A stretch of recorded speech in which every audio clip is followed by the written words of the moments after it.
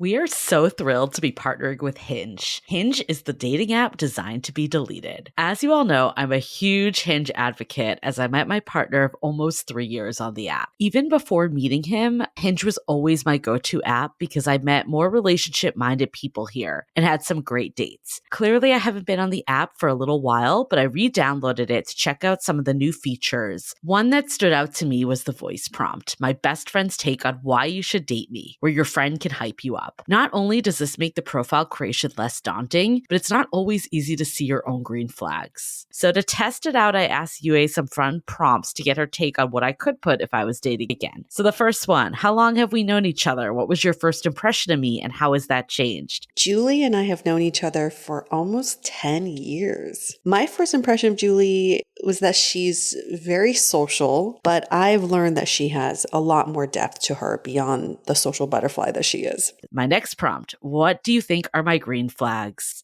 I would say she's deeply loyal. She believes in love, curious mindset, and she is fearlessly ambitious. And then last but not least, what kind of friend am I? Julie is the kind of friend who will always have your back, no matter what. Damn, that feels nice to hear. So download Hinge and try voice prompts today. Then find someone worth deleting the app for. I was so excited to get my shipment from Last Bottle Wines in the mail the other day, full of incredible red wines, all from Napa Valley. I love wine tasting, so having this to my door couldn't be happier. Also, couldn't be more excited that today's episode is brought to you by Last Bottle Wines. If you don't know already, they're a Napa-based online wine shop with a twist. They offer just one handpicked wine per day until it sells out, and they're always at incredible prices. We're talking 30 to 70% off retail. And the best part is that there's no subscriptions, no fees, and no minimum purchase. And I could not be more excited to bring this offer right now because they're having a marathon sale, which is coming up March 28th and 29th. Even better, we're offering Dateable listeners 10% off your first order with code DATEABLE. So if you are a wine lover like me, this is a great time to join. And did I mention that shipping is 100% free? So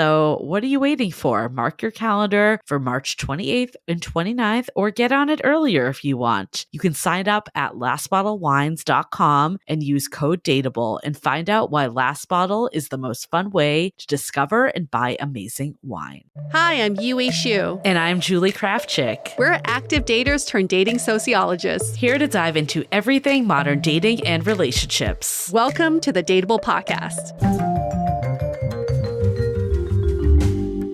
It's time for another brunch talk where we dive into your dating questions, conundrums, issues, problems, celebrations, whatever it may be related to dating. And we will dissect it as much as we can using our dateable brains. I thought you were going to be like superpowers because we have them. Okay, I like that better. Yes, brains better than superpowers. I don't know. Brain is pretty good too. So much to dissect all the time.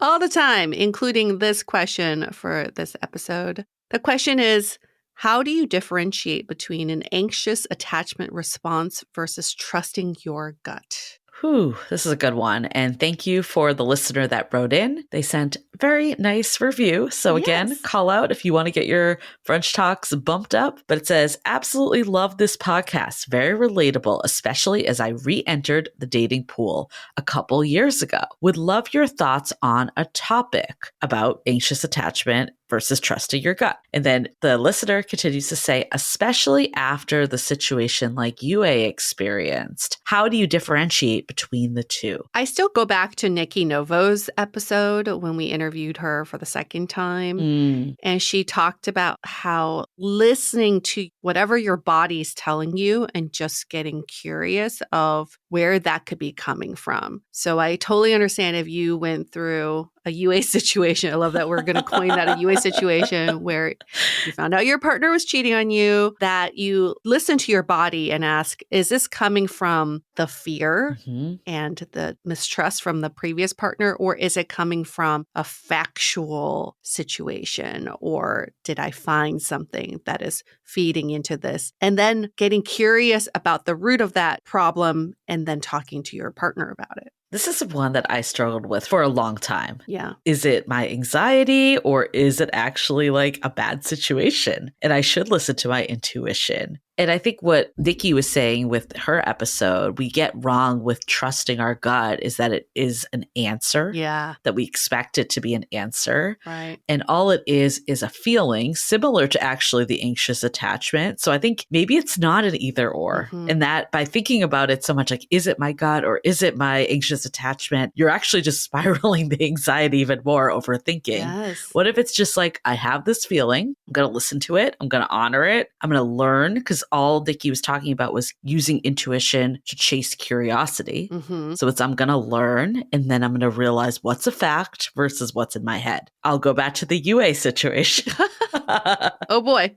But you felt something that night, right? Yes. Where we went out for dinner. After the dinner, when your partner was like, I'm going out, you were like, something feels weird. Yeah. And at that point, that's when you actually found the evidence. And it's because you had a gut feeling and something told you that. If you had not found anything or talked to your partner, ideally, I'm not going to say everyone should go snooping if they feel any feeling. When you actually talk to the person, then you'll learn. You'll find out what is actually factual and what is not. Yes. In your case, you found out, right? Yes. And if I were to do my situation all over again, I would have brought something up the first time I felt the need to go through his phone.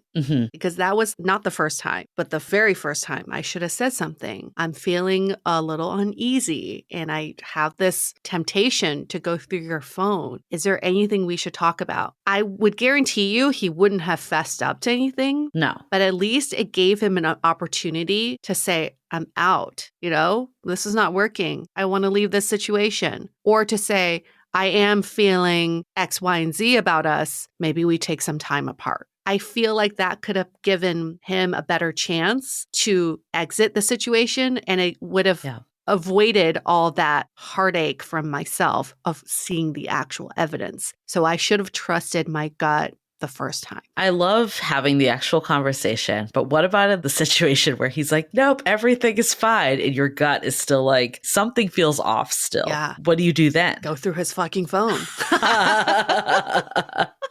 I mean, I think at the end of the day, too, the question, is it the person or is it yourself? Yeah. Because I know, like, I remember talking to a friend of mine and she was like, I know my partner is incredible. Like, I know he's like the best guy I've ever been with, and they are married today with kids. And she's like, I still feel anxious sometimes, and I know it's coming from myself. So having the ability to understand, like, is it actually something your partner is making you feel versus how you're feeling on your own? Like, if you know yourself and you know you've had a perpetual cycle of like feeling anxious in certain situations, it's probably not your partner. Like, I'll use my example. I remember, like, for me, like, my one thing was not getting texts back. That gave me such anxiety. Like, I would start these stories in my head, like, this person lost interest, they no longer want to be with me, whatever it is. I knew, though, that this was not my partner. Like, this happened with every single person I was ever with. Right. So that at this point, the common denominator is myself. And it's not to say that sometimes maybe those partners weren't right for me either, because the feeling like proceeded when I was with them, but also I have to take ownership as well,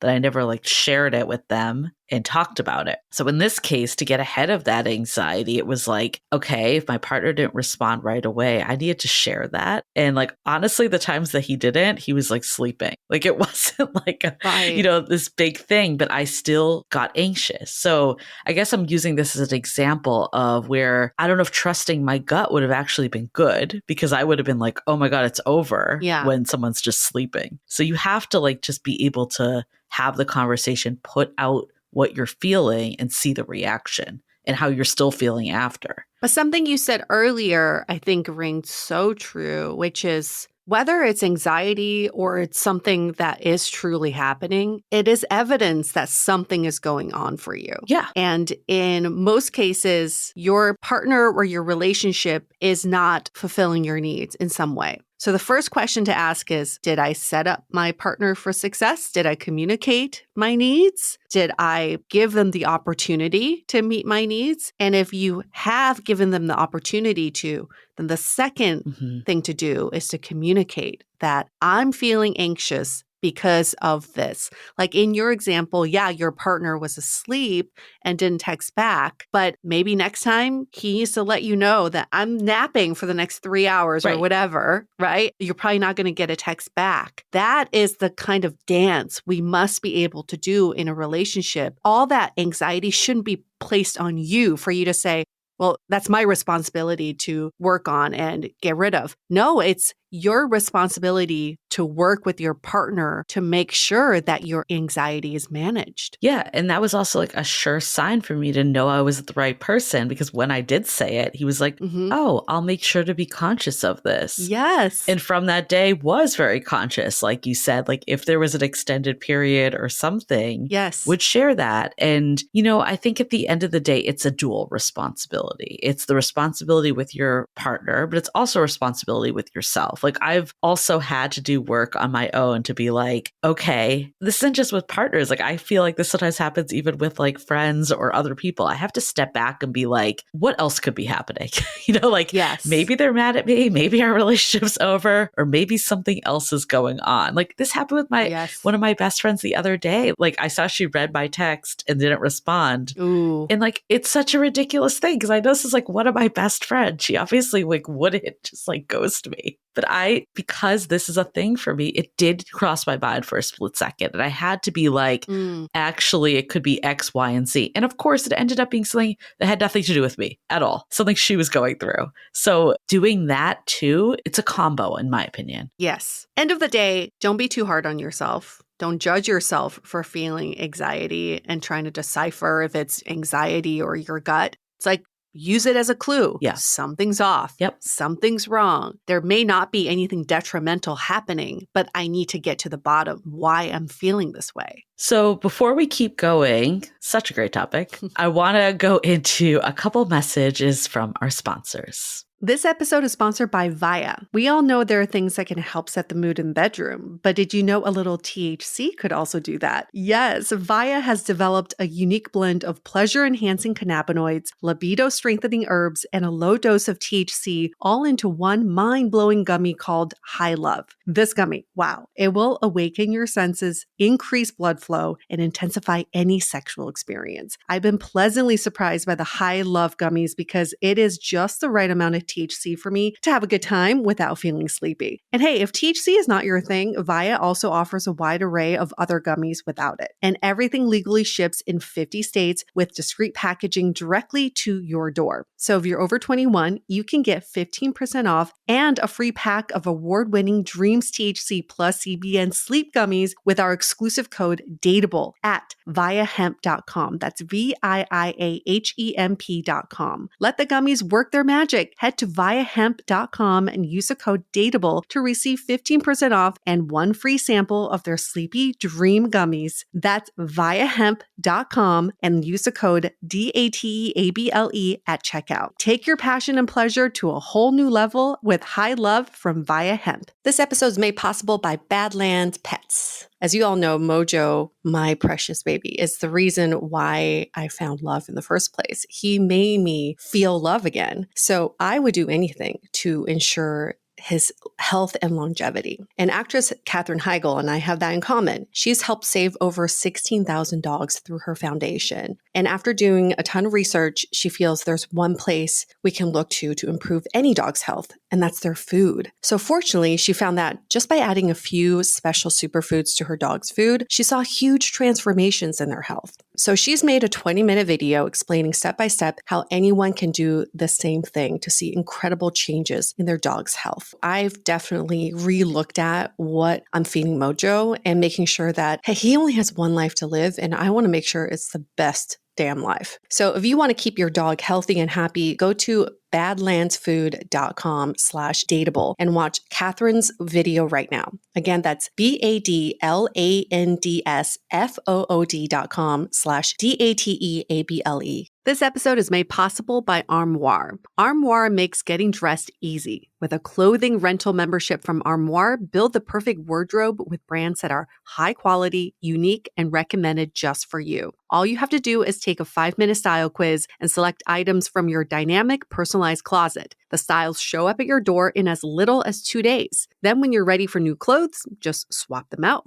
Listen, I live in Southern California. There is absolutely no need for puffer coats or any sort of those winter jackets. But when I travel anywhere else in the world in these cold months, I'm often burdened with the task of getting winter clothes. And now with Armoire, I can just rent my winter wardrobe. It's brilliant. Right now, our listeners can give Armoire a try and get up to 50% off their first month. That's up to $125 off. Just visit armoire.style/dateable. That is armoire.style, spelled ARMOIRE.style/DATEABLE to get up to 50% off your first month and never worry about what to wear again. Try Armoire today.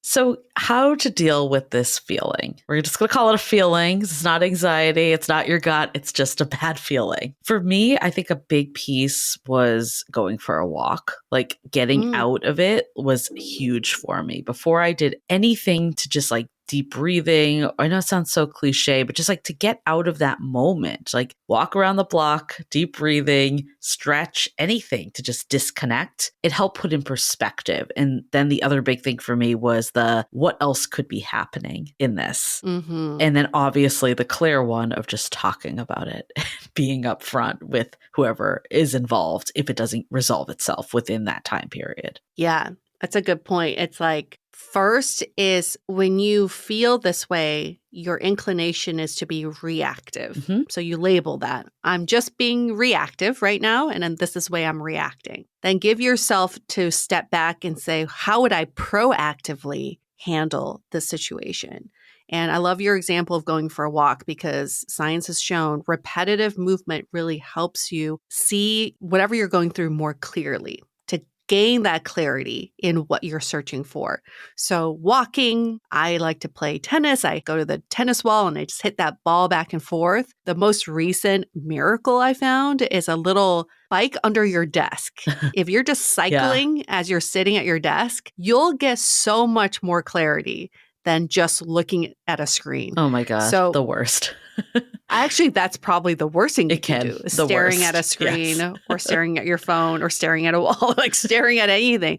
Get some movement into your body that's repetitive, kind of mindless movement, and then you'll be able to think more proactively about all of this. What we want to avoid is that knee-jerk reaction, which I've done millions of times. I'm sending that text or that angry email or getting on the phone with someone. First, I just have to step back and just think, what is the clarity that I'm trying to gain here? It's really important because I agree. We're all like immediately want to jump to the reaction, especially when you have been burned in the past. It's easy to be like, well, F this. I'm going to tell them like, you know, this is over. I don't want to be with them, or make an accusation that they did X, Y, or Z. All of that needs to take a backseat for a minute. Even if your intuition is telling you that they are cheating on you or doing something terrible, take that beat. And when we talked to Nikki Novo about this, like she was saying with intuition and why people like rush to want an answer is because we're so uncomfortable just sitting in the unknown. And the reality is you're going to find out soon enough. Like if someone's ghosting you, you're going to find out within 1 to 2 days if they're ghosting you. If someone is cheating on you or you feel that, like keep having those conversations of why you're feeling that way. Eventually you will find out. So yes, of course you don't want to go like months and months being in this anxious or am I just like trusting my gut situation. But I think giving a little breathing room, it's actually just going to help overall in the big picture scheme of things. Yes. On the flip side of this, though, is time box your breathing room. You don't want to become avoidant either, which I've overcompensated on. I go, oh, it's probably nothing. I'm just overthinking this. I'm just not like what I did in my previous relationship. The first time I felt the inclination to go through his phone, I was like, no, just it's fine. I'm just overthinking. I'm overreacting. And then I gave myself too many months of breathing room before addressing it again. So time box that. I say 24 hours is probably good. give myself a night to sleep on this, to go for a walk, to hit that ball, Yeah. whatever it may be, and then make a promise to yourself that you will revisit. Yeah. I don't think I realized that you had that intuition or feeling like months before it actually happened. It's all in hindsight because there was one time he was in the shower and his phone was on our bed. And I thought, oh, I have this urge to go through his phone right now. I really have an urge. Something's off. And that was probably like 3 or 4 months before I found out. So your body was telling you that you were feeling something for sure. Oh, yes. Yeah. Oh, yes. And I think, yeah, that's like really the takeaway of this is when you're feeling it, listen to what you're feeling. Your body really does know. It's not an answer. And again, it's not an answer. Yes. I don't want people to take away of my body feels off and they're cheating on me. Like that isn't what we're saying.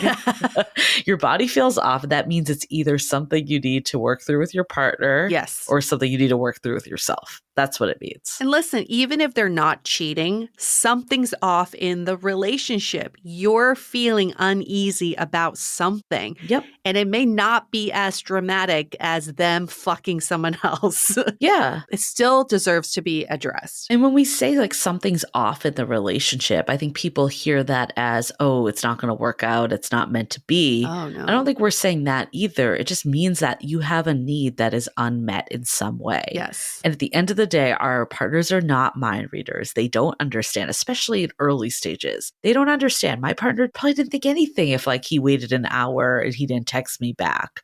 But like for me, that was, so anxiety provoking. But people do not react the same way at all. So you have to tell them what you need and what is important to you. And then only can they act. Yes. Give your partners that opportunity to do so. Yeah. Okay. Thank you for this question. It's a hard question to ask, but I'm sure a question many of us wonder all the time. And if you want to get your questions answered like this person, you can get it answered pretty fast if you give us a rating and review in Apple Podcasts, 5 stars. And in the body of your review, you can ask the question there. Or if you want to do the old-fashioned way, you can email us hello@dateablepodcast.com, or you can DM us on Instagram @dateablepodcast. See you next week. Bye. The Dateable Podcast is part of the Frolic Media Network. Find more podcasts you'll love at frolic.media/podcasts. You can follow us on Instagram @dateablepodcast and visit dateablepodcast.com for access to all the episodes and our premium programs. Also, make sure to subscribe today if you haven't already on Apple Podcasts, Spotify, or your favorite podcast platform so you are the first to get all the latest episodes. And most importantly, stay dateable.